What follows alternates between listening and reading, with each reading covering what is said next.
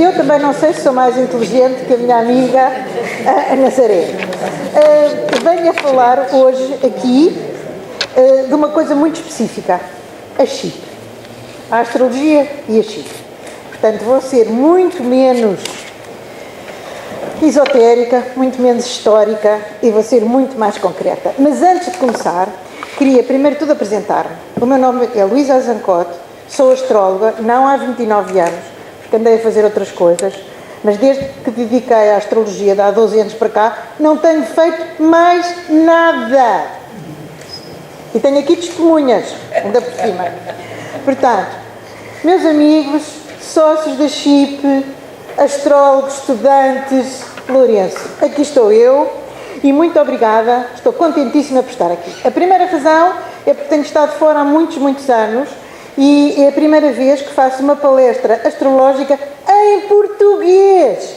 Antes era sempre em inglês, até em italiano, uma amassada. Isto pode dar a entender, porque isto é tudo signos, sinais, que é o prenúncio da minha volta. Estou contentíssima. Mas o que eu ainda estou mais contente é o facto da visão astrológica, como disse a Nazaré, estar a ser admitida na visão histórica deste momento. Isto é fantástico. Não acontecia pelas razões que ela contou. A astrologia quase que foi assassinada, quase que foi morta. Não sei se foi o Concílio de Trento, Lourenço, mas que foi a idade da razão, foi, quer dizer. Portanto, não sei, essa parte do Concílio de Trento não sei, mas que foi a idade da razão. E como também disse a Nazaré, nem sempre foi assim. Reis, não só os portugueses, mas muita gente de poder, inclusivamente a Igreja, olhava para a astrologia e dizia: vamos aqui coisas muito interessantes, coisas importantíssimas. Por isso é que eu estou tão contente. Está ligado? Está, mas parece que tem que se engolir para isso funcionar. Pronto, mas eu falo aos berros, portanto não tem importância, eu tenho 6 netos, estou habituada a falar aos berros. Por isso é que eu estou contentíssima, porque quase praticamente me sinto como o Papa Júlio II. O Papa Júlio II achou que o momento... O Papa Júlio II não era parvo nenhum, foi ele que derrotou os Borgias, portanto não era parvo nenhum. O Papa Júlio II mandou pintar o mapa do céu fisicamente, quer dizer, faça-me aí, Rafael, venha cá e faça-me aí na Stanza della Signatura, no Vaticano, o mapa do céu, tal e qual, com os planetas nos sítios certos, do dia em que ele foi eleito Papa. Porquê? Porque achou que isto era importantíssimo e queria que, e deve ter sido importantíssimo, porque independentemente de ele ter dado cabo dos Borgias, chamou o Rafael e deve ter sido uma ótima estrela, porque foi o Papa Júlio II que encomendou ao Michelangelo o teto da Capela Sistina.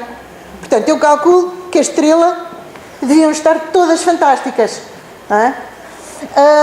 Mas a coisa principal, depois das imagens lindíssimas que a Nazaré mostrou, eu só tenho aqui meia dúzia delas, a noção principal é que o momento é importante.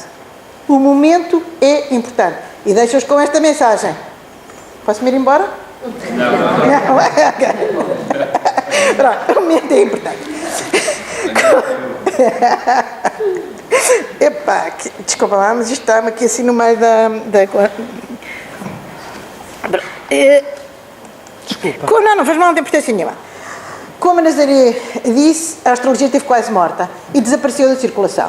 Portanto, a astrologia funcionava com as outras ciências, funcionava com a medicina, era ensinada nas universidades, funcionava com a astronomia e depois, com a idade da razão, a coisa ficou fosca. Inclusivamente, a gente associa a idade da razão a Descartes e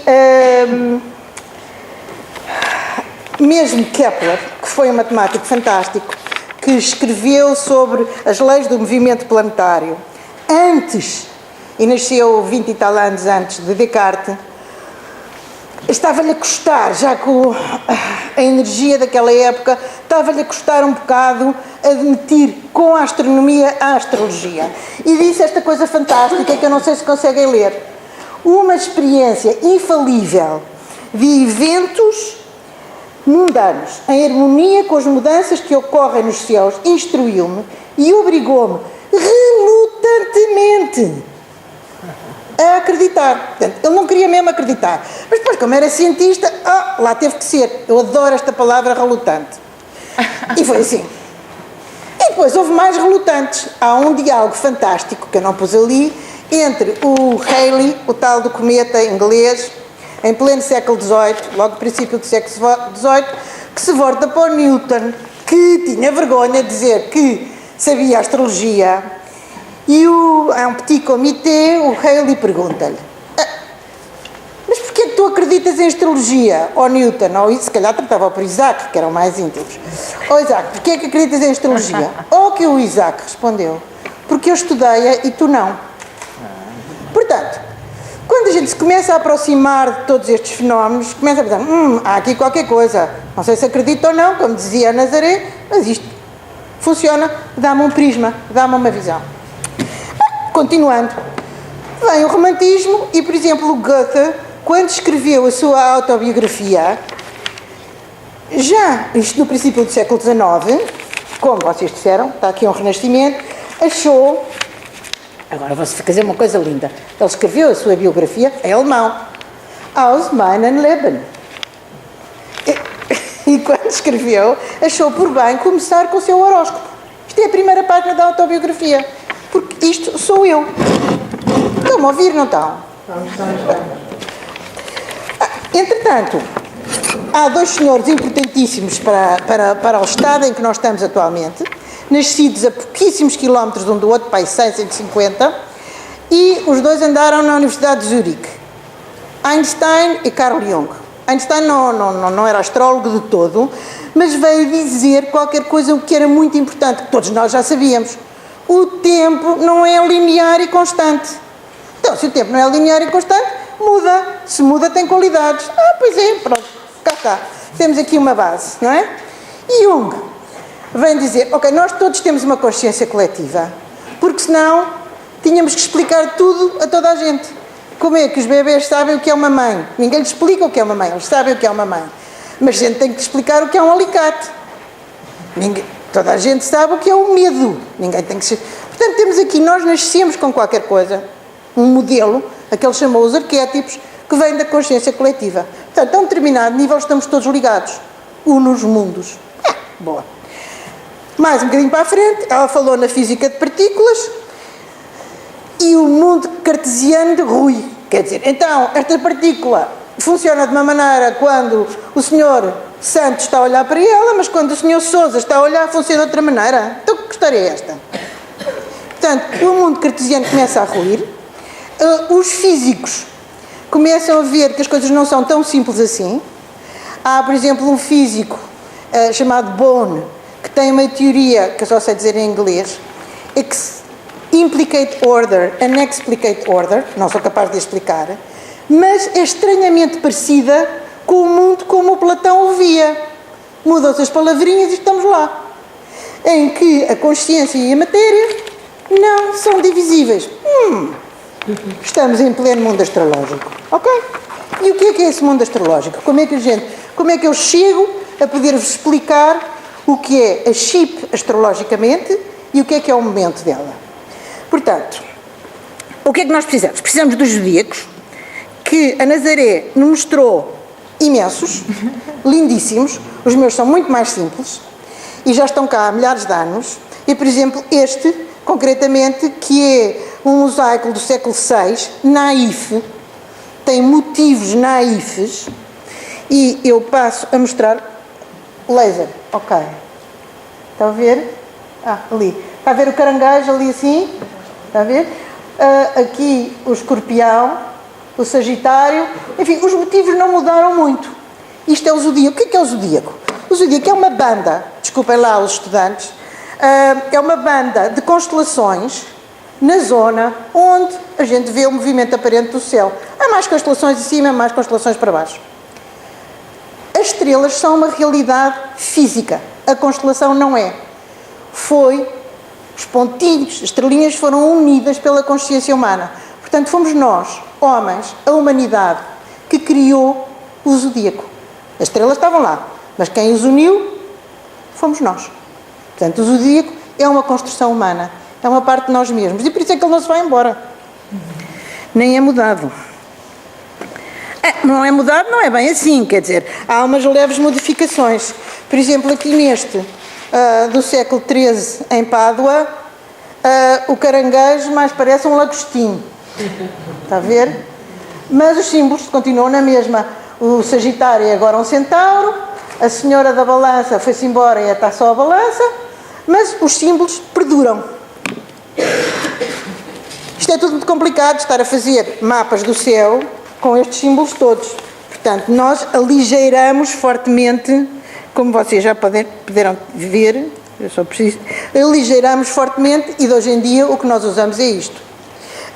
Os símbolos continuam a ser os mesmos, não é? O Sagitário perdeu o cavalo, mas tem cá a seta, os Gêmeos estão aqui muito bem, não é verdade? O Touro com os seus corninhos, enfim, a coisa, o Escorpião com a sua seta venenosa, e é isto que nós usamos no dia a dia.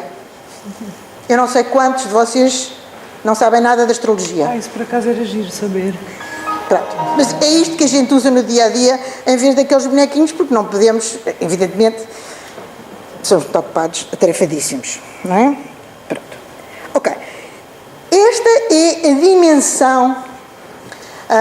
dimensão temporal. Portanto, o Sol anda por cada signo, por acaso até vou voltar atrás.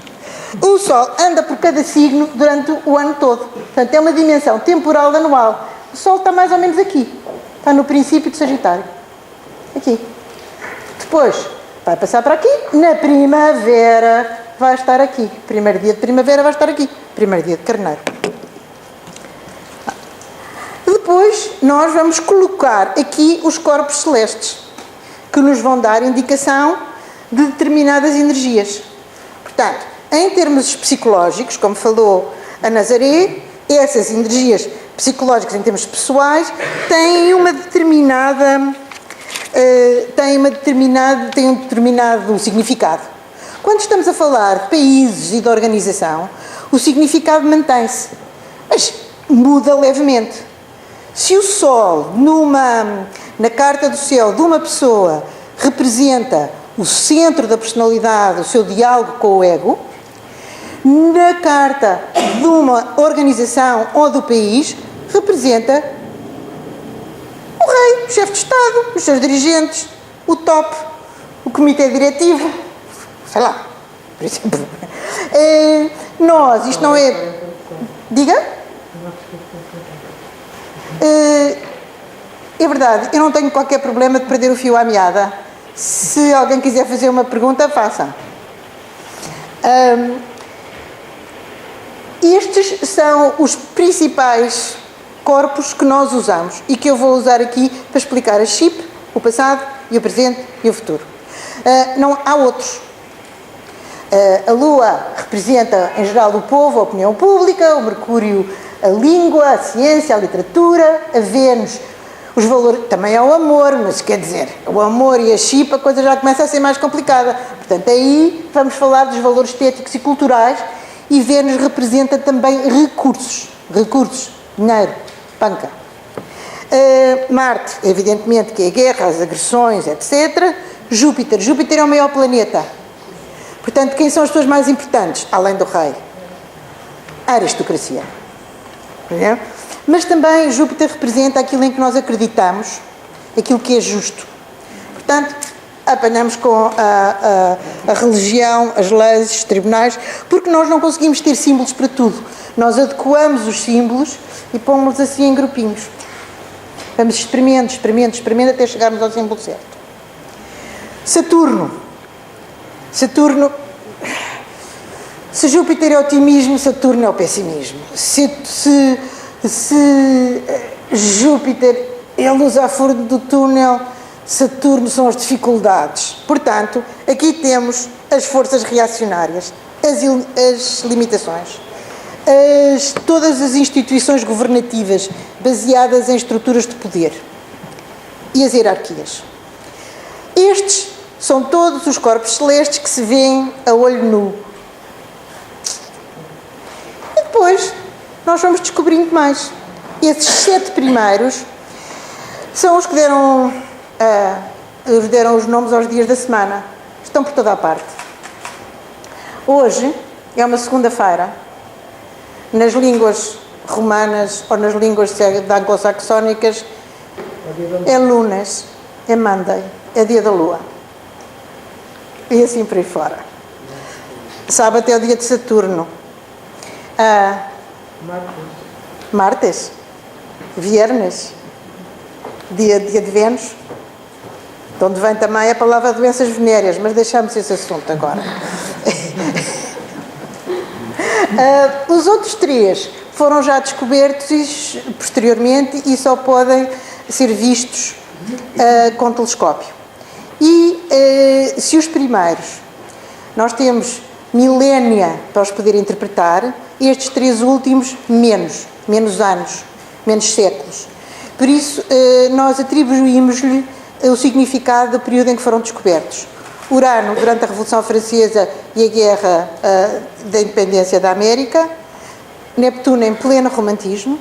E Plutão, quando foi descoberta a bomba atómica, ao nosso chamo plutónio, não é? O que lá está. Mais abaixo, eu pus ali uma coisa chamada Nó do Lunar Norte, ou Cabeça do Dragão. Não é um corpo celeste. É, sim, o ponto onde a órbita aparente do Sol se encontra com a da Lua. Encontram-se em dois pontos. Estes dois pontos são importantíssimos. O Nó do Lunar Norte, ou Cabeça do Dragão, é o caminho de evolução.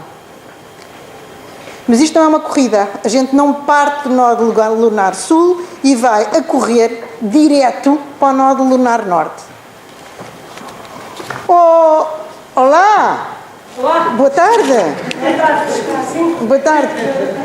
Bem, eu posso desculpar porque uma destas senhoras é aparentada com um dos ex-presidentes da CHIP, com o general Paiva Brandão. Portanto, vá lá, a gente desculpa-lhes este atraso. Bom, aparentada como quem diz sobrinha. Pronto. E afilhada. Obrigada.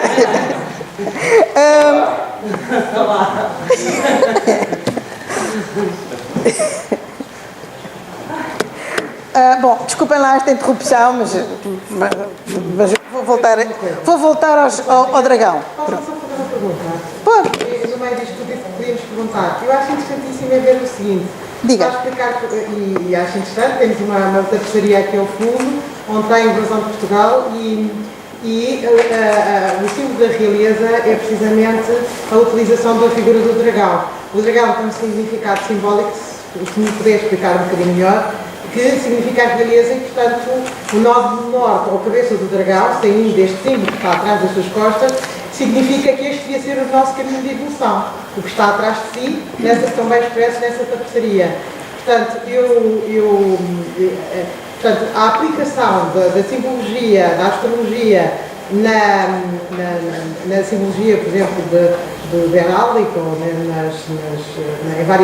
seus vários aspectos, leva-nos, no fundo, à nossa família real e à nossa própria história. O caminho da nossa evolução devia ser com a nossa família real, com o dragão representado saindo ali da coroa, não é? Eu não tenho competência para lhe dar um sim. Não tenho. Porque a minha competência é de facto astrológica e por isso é que eu escolhi falar sobre a CHIP e não sobre Portugal, sobre a trajetória de Portugal. E a sua pergunta enquadra-se na trajetória de Portugal. E que estava a explicar agora do dragão. De cabeça do dragão. Mas há a cauda. O que eu estava a tentar dizer é que nós, neste caminho de evolução, temos que sempre... só podemos compreender a evolução olhando para trás, mas só podemos viver a evolução olhando para a frente. Isso é o significado do meu dragão, deste que eu estou a falar. E foi por influência da Igreja, e aí estou de acordo com o Lourenço, foi por influência que, em termos astrológicos, se deixou de falar de cauda do dragão e cabeça do dragão, porque havia esta imagem, como é que a gente convive aqui com o dragão. Mas a ideia, em termos astrológicos, e a sua ligação pode ser válida, eu digo que não seja, eu não tenho a competência para lhe dizer é válida.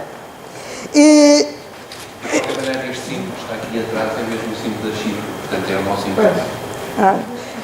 Mas é importantíssimo, como vocês vão ver já a seguir, que eu já vou passar para... Esta questão, eu trouxe esta questão do dragão, porque a sensação do dragão, em termos mitológicos, é aquilo que nós temos que conquistar.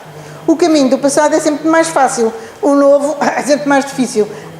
Vamos lá conquistar o dragão. Estamos de volta ao arcanjo, São Miguel. Não é?